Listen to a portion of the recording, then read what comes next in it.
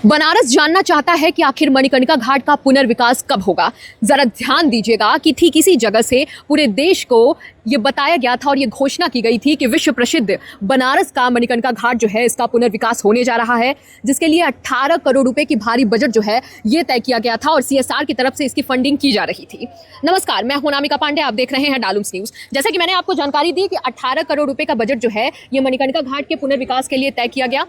और जिसमें 32 शवदाह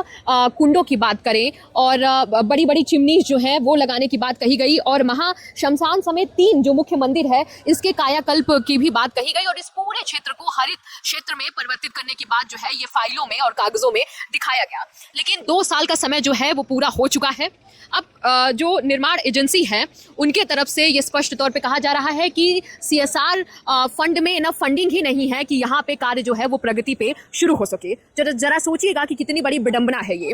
क्योंकि देखिए मणिकर्णिका घाट का पुनर्विकास की अगर हम बात करें तो ये घाट मात्र नहीं है, पूरे विश्व में ये प्रसिद्ध है और यहाँ पे दूर दूर से लोग जो हैं वो आते हैं शवदाह के लिए। और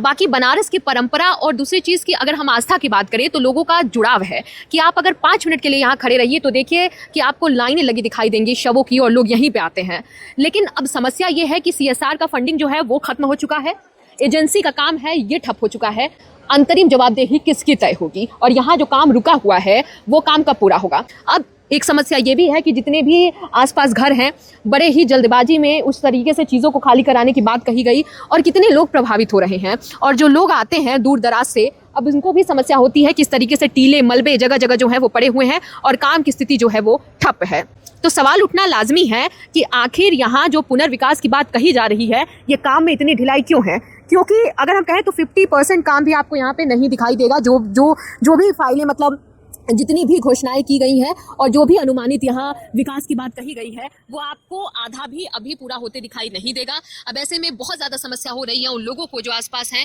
दूसरी चीज़ की यहाँ मतलब सैकड़ों लोगों की भीड़ आपको हमेशा दिखाई देगी जो लोग आते हैं यहाँ, तो समस्या उनके लिए भी है। और तीसरी चीज़ ये है कि जब इतनी घोषणाएं की गई और इतने जोरों शोरों से पूरे देश में ये कहा गया कि भाई मणिकर्णिका घाट का पुनर्विकास होने वाला है, तो काम क्यों अचानक से ठप हो गया और सीएसआर को कब इनफ फंडिंग मिलेगी और यहाँ का काम जो है वो कब शुरू होगा और अभी जो काम बंद है वो अंतरिम जवाबदेही किसकी है, कौन आके स्पष्टीकरण देगा और जवाब देगा, क्योंकि धरातल पे चीज़ें आपको इसी तरीके से दिखते हुए दिखाई दे रही हैं। बहरहाल हमारा ये काम है कि हम सवाल उठाते रहें, प्रशासन को जगाते रहें और आखिर में हमें भी जवाब मिले और हम जनता तक पहुँचा सकें। जो लोग बाधित हो रहे हैं और जो लोग उम्मीद लगाए हुए हैं कि हाँ पुनर्विकास का काम होगा, उनको इस पर स्पष्टीकरण कब मिलेगा, हम सवाल करते रहेंगे। कैमरामैन निशांत श्रीवास्तव के साथ अनामिका पांडे, डालम्स न्यूज।